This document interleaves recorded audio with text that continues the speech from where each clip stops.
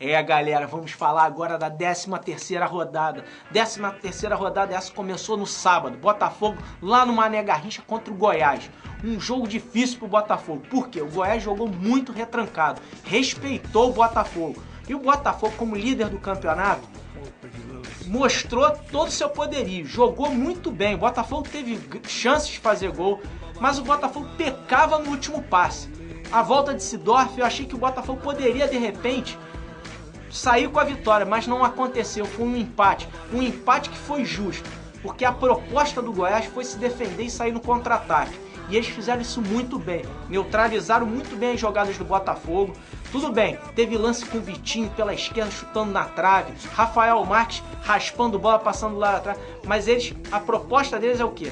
Tomar a bola e sair contra-ataque, capitaneados por Walter e Hugo. Walter, esse um jovem valor que apareceu no Internacional anos atrás, foi pro Porto, tá fora do peso, mas o jogador catimbeiro, o jogador difícil de se marcar, no mano a mano ele toda hora tava saindo bem contra os zagueiros do Botafogo, deu drible em Dória, passou por todos eles, brigou o tempo todo, trombava, e Hugo dando cadência. É aquilo, é o campeonato dos velhinhos. O Hugo é um jogador também de idade avançada, dando cadência ao meio de campo, acelerando na hora certa.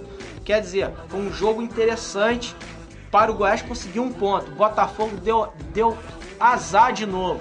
Tomou um gol de empate na hora que não pode. O Botafogo tá pecando nisso. O Botafogo já era para estar pelo menos 5 pontos aí na frente. Resultado contra o Flamengo. Tomaram gol no último minuto. Tomaram agora esse empate. Mas novamente Rafael Marques. Vamos falar dos gols. Rafael Marques novamente num rebote, numa troca de passe. A bola bateu em Elias e sobrou para ele. E ele, com muita maestria, bateu no canto esquerdo do goleiro Renan, fazendo 1-0. Só que aí, numa bobeira da zaga, André Bahia, infelizmente, deu uma canelada e botou a bola para dentro do gol de Jefferson e empatou pro time do Goiás. Resultado esse que deixa o time do Botafogo em primeiro lugar, mas perde ali pro Cruzeiro, que é o líder do campeonato, com o mesmo número de pontos, mas nos quesitos de desempate leva a melhor sobre o Botafogo. O Botafogo tem que parar de empatar. Vamos acordar um pouquinho nesse final de jogo, tá dando mole sempre no final de jogo. A galera quer sorrir, a galera quer cantar, a galera tá feliz, ela quer comemorar.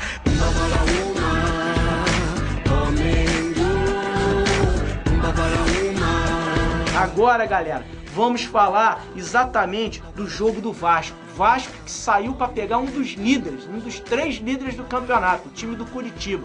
Time capitaneado pelo grande jogador Alex. Só que o jogo não foi de Alex. Alex não foi bem nesse jogo, não apareceu. A única chance que ele teve, Diego Silva, fez uma grande defesa, o goleiro vascaíno. Mas foi um jogo que o Vasco esteve muito bem postado em campo. Tanto defensivamente, como no ataque. O time do Vasco trabalhou bem a bola, trabalhou bem numa jogada pela direita, conseguiu o escanteio batido por Juninho, e aí num bate-rebate, bola explode na trave, Pedro quem fez 1-0. E aí o Vasco soube jogar com resultado, saindo no contra-ataque, usando muito bem Éder Luiz. Éder Luiz que parece estar voltando àquela forma da Copa do Brasil, muito veloz, dinâmico no jogo, sabendo jogar de primeira, na hora de tem que segurar. André deu uma crescida, André que veio mal da época do Atlético Mineiro, depois esteve muito mal no time do Santos, parece estar encontrando seu melhor futebol, já está fazendo uma sequência de gols, uma sequência de jogos muito bem, mas é aquilo, tudo com o Juninho Pernambucano. Juninho Pernambucano que também não esteve à altura dos outros jogos, mas ele sempre trabalhando bem a bola no meio de campo, sabendo distribuir, chegando, sabendo utilizar seus 2 laterais, sabendo trazer o time também taticamente, trazendo os jovens valores para marcar, mandando os jogadores ocupar o espaço, mais ou menos como o Sidorf faz no Botafogo, é um treinador dentro de campo. E aí foi essa, o Vasco muito bem postado, o time do Curitiba indo para cima, tentando, mas não penetrava na zaga vascaína. O Vasco muito bem, porém no segundo tempo, Alex saiu, o Alex sentiu um desconforto muscular, deu a vaga, e aí o que aconteceu? O time do Curitiba veio pro abafa, às vezes até meio desorganizado, e aí tentou de tudo, e o Vasco jogando contra-ataque, sendo perigoso também, tanto é que Fagner botou bola na trave. E aí, a tônica do segundo tempo. O Vasco, novamente jogando na marcação, e o time do Curitiba veio pro abafa. Curitiba esse que perdeu o Alex com desconforto muscular.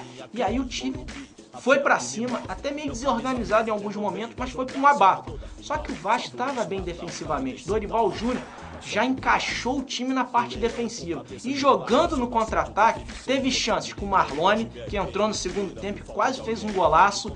E o Vasco sempre perigoso. E aí, termina o jogo, o Vasco consegue 3 importantes pontos no Campeonato Brasileiro. O time do Vasco está exatamente a 3 pontos do G4. O último do G4 é o Corinthians com 21 pontos. Vasco com 18 já está ali na briga para chegar no G4. Resultado esse na tabela que até há pouco tempo ninguém acreditava. O trabalho de Dorival Júnior está aparecendo, mas claro, tudo por causa da volta de Juninho. Juninho parece que deu força para esse grupo, deu força para o time do Vasco.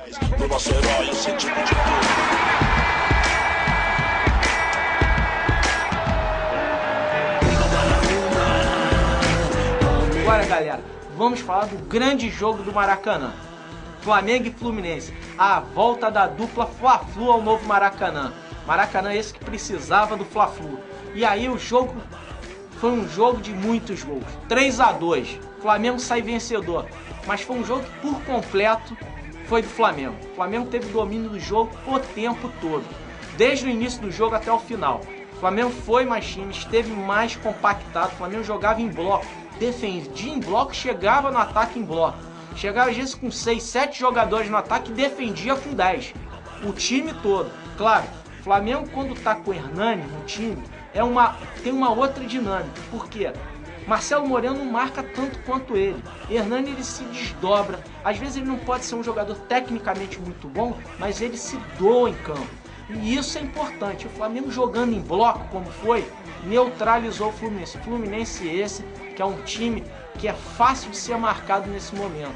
É um time que não tem muita velocidade.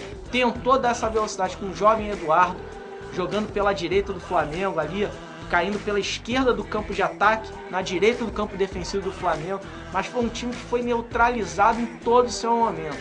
Encontrou um gol logo aos 16 minutos, numa falha grotesca de Wallace. O zagueiro do Flamengo fez uma jogada bizonha.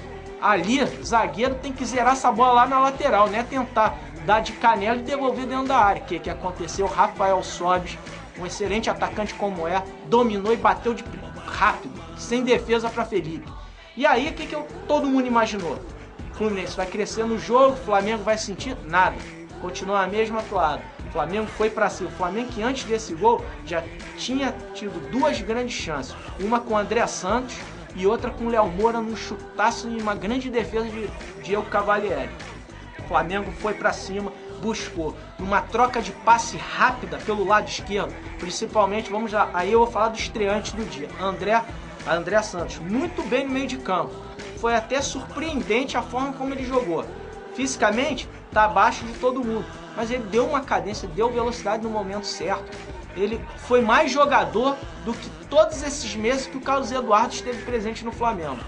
Então, numa jogada que começou lá no lado esquerdo, com ele mesmo, passado por Hernani, que rapidamente passou por Elias, novamente, essa jogada já está ficando forte no Flamengo. Elias vem de trás e vai na cara do gol. E aí, de frente com o Diego Cavalieri, 1-1 empatou para o jogo. E o Flamengo inflamou a torcida. O Flamengo foi para cima, buscou, começou a fazer jogadas pelos 2 lados do campo. João Paulo parece que ganhou um pouco mais de força agora com a chegada de André Santos. Então fazendo um miolo de jogadas ali. Gabriel, que não estava tão bem, mas fazia umas boas jogadas também com Léo Moura. Elias também caindo às vezes pela direita. O Flamengo mostrando variabilidade de jogadas. Isso foi importante. E aí veio a virada. Uma grande jogada de Léo Moura. Léo Moura deu uma caneta no jovem Eduardo, entrou na área, cruzou. E aí, de letra, de calcanhar, aí cabe para cada um. E aí fez a virada, 2-1 pro Flamengo. Foi pro segundo tempo. A torcida inflamada e o Flamengo muito bem.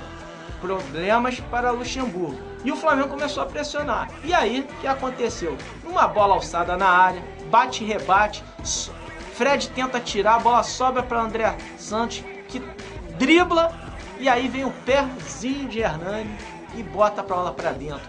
Flamengo 3-1.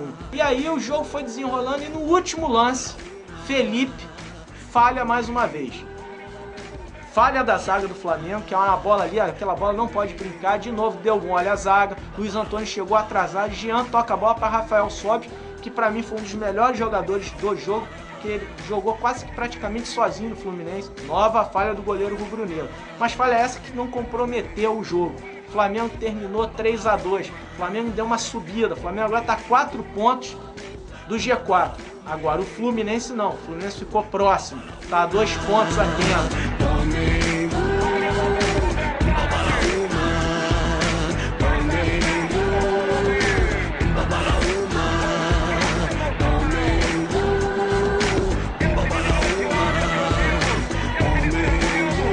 Eu acho que tem que ter uma reunião dos grandes clubes brasileiros e começar a conversar, ter uma política esportiva dentro do futebol, ter uma visão, ter conceitos formados e parar com esse negócio de jogador grandão.